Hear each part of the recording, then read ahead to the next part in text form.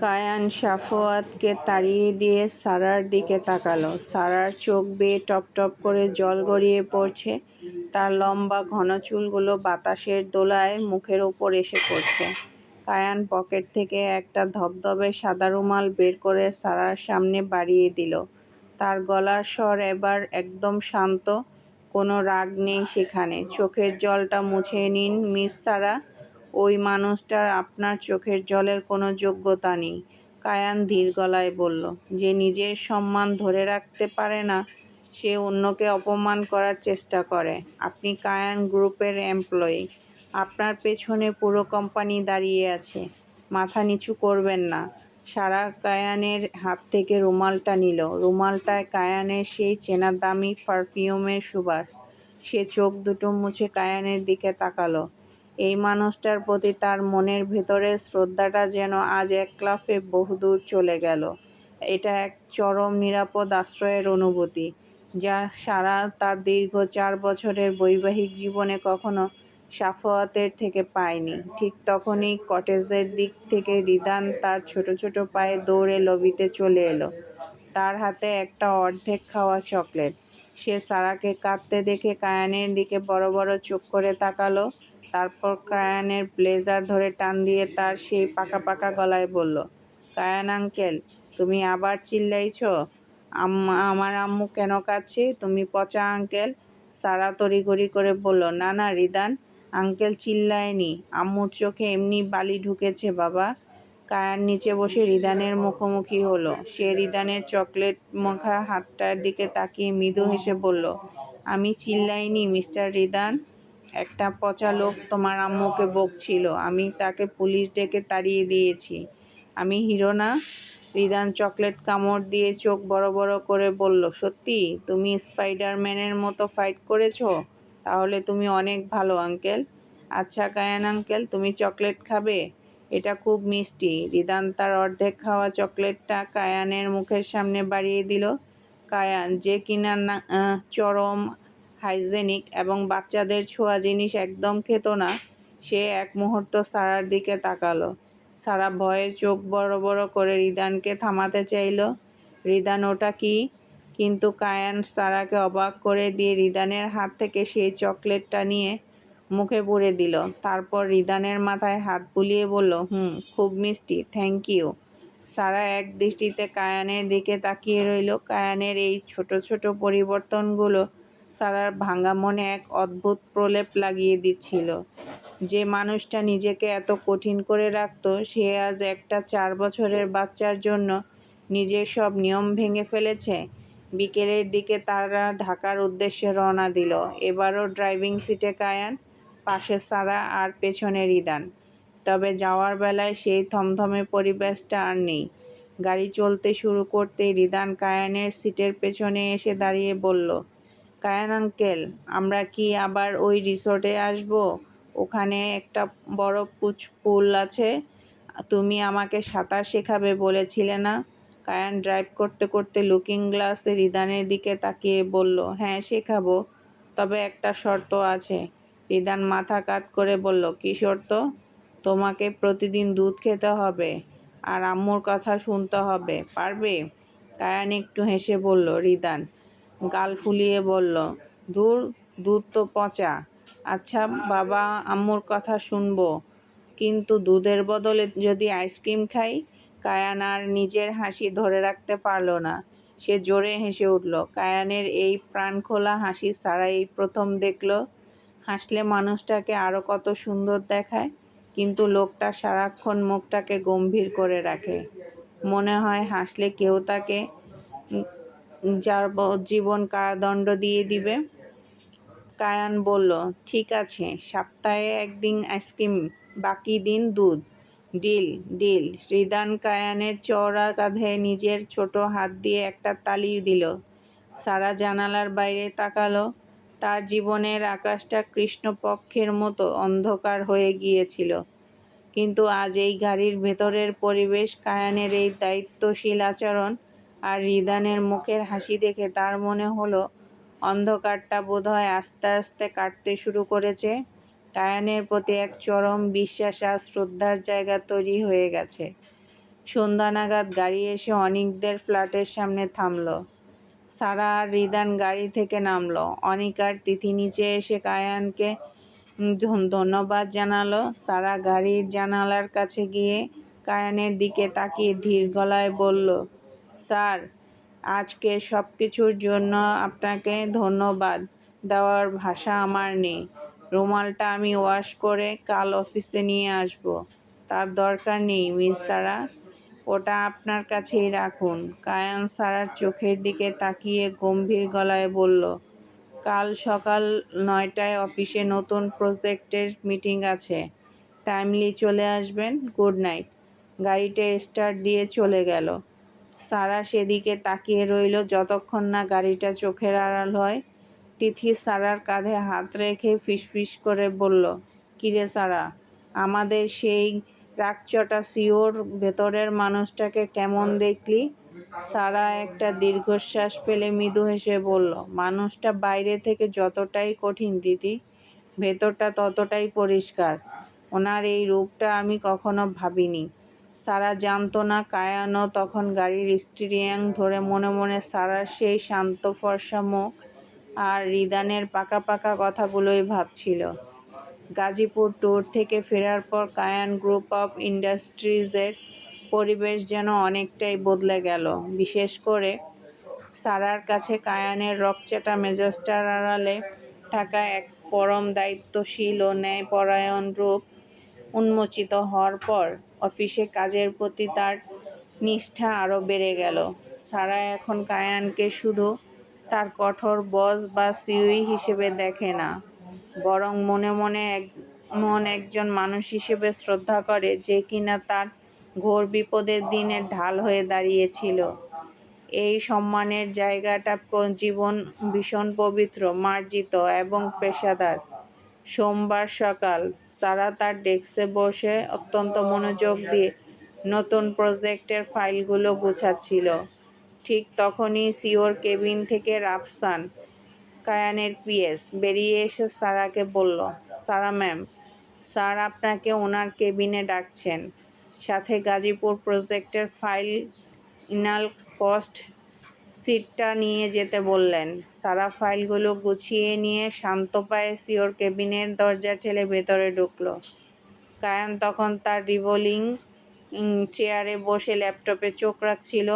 পরনে হালকা ধূসর রঙের ব্লেজার আর সাদা শার্ট, চোখে সেই চিরচেনা তীক্ষ্ণ চাহনি। স্যার, ফাইলটা। সারা টেবিলে ফাইলটা এগিয়ে দিল। কায়ান ফাইলটা হাতে নিয়ে পাতা উল্টাতে উল্টাতে ধীর গলায় বলল, আপনার এক্স হাজব্যান্ডের ব্যাপারে আমাদের লিগেল টিম আজকে সকালে ফাইনাল আপডেট দিয়েছে মিস সারা। সে আইনি নোটিশ পাওয়ার পর আর কোনো ধরনের যোগাযোগ করার বা আপনাকে ডিস্টার্ব করার চেষ্টা করেনি। আশা করছি ফিউচারেও আপনার আর বা রিদানের কোনো ক্ষতি করার সাহস পাবে না। সারার বুক থেকে যেমন একটা মস্ত বড় পাথর নেমে গেল। কায়ানের এই দূরদর্শিতা এবং পর্দার আড়ালে থেকে তাকে এভাবে প্রোটেক্ট করার মানসিকতা সারাকে ভেতরে ভেতরে কৃতজ্ঞতায় নুইয়ে দিল। সে কায়ানের দিকে তাকিয়ে অত্যন্ত বিনীত, মাপা এবং শ্রদ্ধাপূর্ণ গলায় বলল, আপনাকে অনেক ধন্যবাদ স্যার। আপনার এই সাহায্যের ঋণ আমি কখনো শোধ করতে পারবো না। আমার আর রিদানের জীবনে এই শান্তিটুকু খুব দরকার ছিল। কাজের জায়গায় আবেগের কোনো স্থান নেই। তাই সারা নিজের কণ্ঠস্বর একদম সংযত রাখল। কায়ান সারার এই পরিমিত বোধ এবং আত্মসম্মান দেখে মনে মনে তাকে আরও এক ধাপ সমীহ করল। সে সামান্য মাথা নেড়ে বলল, we are a family in this corporate miss Sara. এমপ্লয়িদের সিকিউরিটি দেখা আমার দায়িত্ব। আপনি কাজে মনোযোগ দিন। সারা একটা মৃদু মাথা ঝুঁকিয়ে সম্মান প্রদর্শন করে কেবিন থেকে বেরিয়ে এলো। দুপুরের দিকে কায়ান গ্রুপের প্রধান কার্যালয়ে এক আকস্মিক অতিথির আগমন ঘটল। তিনি আর কেউ নন, স্বয়ং রায়ান কবির, কায়ানের মা বেগম রেহেনা কবির। তিনি মূলত কায়ানকে কোনো একটা জরুরি পারিবারিক বিষয়ে সামনাসামনি কথা বলে বুঝিয়ে রাজি করাতে এসেছেন। করিডোর দিয়ে হেঁটে আসার সময় ওনার নজর পড়ল সিওর কেবিনের ঠিক বাইরের ডেস্কে বসা সারার ওপর। শান্ত, মার্জিত এবং অসম্ভব রূপবতী একটি মেয়ে অত্যন্ত পেশাদারিত্বের সাথে কম্পিউটারে কাজ করছে। তার পিঠময় ছড়িয়ে আছে লম্বা ঘন কালো চুল। রেহেনা কবির কায়ানের কেবিনে ঢোকার আগে সারার টেবিলের সামনে এসে দাঁড়ালেন। গম্ভীর মুখে জিজ্ঞেস করলেন, তুমি কি কায়ানের নতুন অ্যাসিস্ট্যান্ট? সারা তড়িঘড়ি করে সিট থেকে উঠে দাঁড়িয়ে অত্যন্ত সম্মানের সাথে মাথা নিচু করে বলল, জি ম্যাম, আমি রাফিয়া তাসনিম সারা।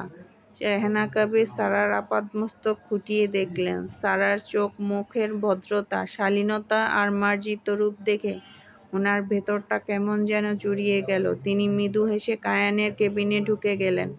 কেবিনের ভেতর ঢুকতেই কায়ান তার মাকে দেখে অবাক হয়ে দাঁড়িয়ে গেল। মা, তুমি এখানে হুট করে? কোনো প্রবলেম? তুই তো আজকাল বাড়ি যাওয়ার সময় পাস না, তাই আমাকেই আসতে হলো, রেহেনা কবির সোফায় বসতে বসতে বললেন। তারপর কায়ানের দিকে তাকিয়ে কিছুটা কৌতূহলী হেসে বললেন, বাহিরের ডেস্কে যে মেয়েটি বসে আছে ওকে রেখে? কায়ান বেশ শান্ত আর লক্ষ্মী মেয়ে তো, কাজের ধরনও খুব গোছানো মনে হলো। কায়ান মায়ের কথার ইঙ্গিত বুঝতে পেরে এক মুহূর্তের জন্য গম্ভীর হয়ে গেল। সে নিজের ডেস্কে ফিরে গিয়ে কলমটা হাতে নিয়ে বলল, ও আমার এক্সিকিউটিভ অ্যাসিস্ট্যান্ট মা, ঢাকা ইউনিভার্সিটির গোল্ড মেডেলিস্ট। কাজের বাহিরে ওর কোনো পরিচয় আমার জানার দরকার নেই। আর তুমিও এসব নিয়ে মাথা ঘামিও না। রেহেনা কবির ছেলের এই রকচটা স্বভাবের পেছনের একাকিত্বটা বোঝেন। তিনি মনে মনে ভাবলেন, যে ছেলে মেয়েদের নাম শুনলে রেগে আগুন হয়ে যায়, সে নিজের কেবিনের ঠিক বাহিরে এত রূপবতী আর শান্ত একটা মেয়েকে কাজে রেখেছে, এটাই তো অনেক বড় ব্যাপার। তিনি মনে মনে সারাকে বেশ পছন্দ করে ফেললেন। রেহেনা কবির কায়ানের কেবিন থেকে বের হয়ে সোজা চলে গেলেন লাউঞ্জের দিকে। কায়ানের অ্যাসিস্ট্যান্ট মেয়েটি ওনার মনে একটা গভীর দাগ কেটে গেছে। মেয়েটির চোখের শান্ত চাহনি আর মার্জিত ব্যবহারের পেছনে কেমন যেন একটা চাপা বিষাদ লুকিয়ে আছে, যা একজন অভিজ্ঞ মা হিসেবে ওনার চোখ এড়ায়নি। লাউঞ্জে কফি মেশিনের সামনে তিথি দাঁড়িয়েছিল। রেহেনা কবিরকে দেখে সে বিনীতভাবে সালাম দিল। আসসালামু আলাইকুম ম্যাম। ওয়ালাইকুম আসসালাম। মা, তুমি কেমন কায়ানের ডিপার্টমেন্টেই আছো না? রেহেনা কবির মৃদু হেসে জিজ্ঞেস করলেন। জি ম্যাম, আমি আর অনেক এক প্রজেক্টে আছি। রেহেনা কবির এদিক ওদিক তাকিয়ে গলাটা কিছুটা নিচু করে বললেন, আচ্ছা মা, ওই যে কায়ানের কেবিনের বাহিরে যে মেয়েটি বসে, সারা, ও এখানে কতদিন হলো জয়েন করেছে? মেয়েটির ফ্যামিলিতে কে কে আছে জানো? তিথি এক মুহূর্তের জন্য ইতস্ত করল। সারা তার প্রিয় বন্ধু, কিন্তু কায়ানের মায়ের সামনে সারার অতীতটা কিভাবে বলবে তা নিয়ে সে কিছুটা দ্বিধায় পড়ল। তবে রেহানা কবিরের আন্তরিক মুখটা দেখে তিথি আর সত্যিটা লুকাতে পারল না। ধীর গলায় তিথি বলল, ম্যাম, সারা আমার ভার্সিটি লাইফের ফ্রেন্ড। ও পড়াশোনায় ভীষণ ব্রিলিয়ান্ট ছিল, ঢাকা ইউনিভার্সিটি থেকে গোল্ড মেডেল পেয়েছে। কিন্তু ওর পার্সোনাল লাইফটা একটু কষ্টের। ওর একটা ডিভোর্স হয়েছে কিছুদিন আগে। সাফওয়ান জাওয়াদ রিদান নামে ওর 4 বছরের একটা ছেলে আছে। সারা এখন একা লড়াই করে নিজের বাচ্চাকে বড় করছে। কথাটা শুনে রেহানা কবিরের মুখের মৃদু হাসিটা মুহূর্তের মধ্যে মিলিয়ে গেল। তিনি যেন কিছুটা চমকে উঠলেন। মনে মনে যে মেয়েটিকে নিয়ে উনি কায়ানের জন্য একটা সুপ্ত আশা বুনেছিলেন, সেই মেয়েটি ডিভোর্সি এবং একটি সন্তানের মা। একজন বাঙালি মা হিসেবে ওনার মনটা হঠাৎ করেই কিছুটা পিছিয়ে গেল। কায়ানের জীবনের অতীত তিক্ততার কথা ভেবে উনি একটা দীর্ঘশ্বাস ফেললেন। তিথিকে আর কিছু না বলে কিছুটা আনমনা হয়েই রেহেনা কবির অফিস থেকে বেরিয়ে গেলেন। মনে মনে ভাবলেন, মেয়েটা সত্যিই ভালো, কিন্তু কায়ানের যে মানসিক অবস্থা, ও কি কোনোদিন একটা বাচ্চার দায়িত্ব বা এই অতীত মেনে নিতে পারবে? না, আমার বোধহয় বেশি ভাবা ভুল হচ্ছে। বিকেলের দিকে অফিসের একটা ফাইল নিয়ে সারা আবার কায়ানের কেবিনে ঢুকলো। কায়ান তখন ল্যাপটপে কি যেন টাইপ করছিল। সারা ফাইলটা টেবিলের ওপর রেখে শান্ত গলায় বলল, স্যার, ক্লায়েন্টের মেইলটার ড্রাফট রেডি করেছি, একবার চেক করে নিলে ভালো হতো। কায়ান ল্যাপটপ থেকে চোখ তুলে সারার দিকে তাকালো। সারার মুখটা যথারীতি শান্ত, কোনো বাড়তি প্রসাদন নেই, শুধু এক অদ্ভুত আভিজাত্য মিশে আছে তার অবয়ে। কায়ান ফাইলের দিকে চোখ বুলিয়ে হঠাৎ করেই বলল, আজকে দুপুরে মা যখন এসেছিলেন আপনাকে কিছু বলেছিলেন? সারা কিছুটা অবাক হলো। কায়ান সাধারণত কাজের বাহিরে কোনো কথা জিজ্ঞেস করে না। সে বিনীতভাবে বলল, না স্যার, ম্যাম শুধু জিজ্ঞেস করেছিলেন আমি আপনার নতুন অ্যাসিস্ট্যান্ট কিনা। ওনার ব্যবহার ভীষণ অমায়িক। কায়ান একটা ঠান্ডা দীর্ঘশ্বাস ফেলে বলল, আমার মা একটু বেশি ইমোশনাল, অদ্ভুত সব চিন্তাভাবনা মাথায় নিয়ে ঘোরেন। ওনার কোনো কথায় কান দেওয়ার দরকার নেই। সারা কায়ানের কথার ভেতরের অন্তর্নিহিত অর্থ বুঝতে পারল না। তবে সে আলতো করে মাথা নেড়ে বলল, আমি শুধু ওনার প্রতি সম্মানটুকুই দেখিয়েছি স্যার, এর বাহিরে কিছু ভাবিনি।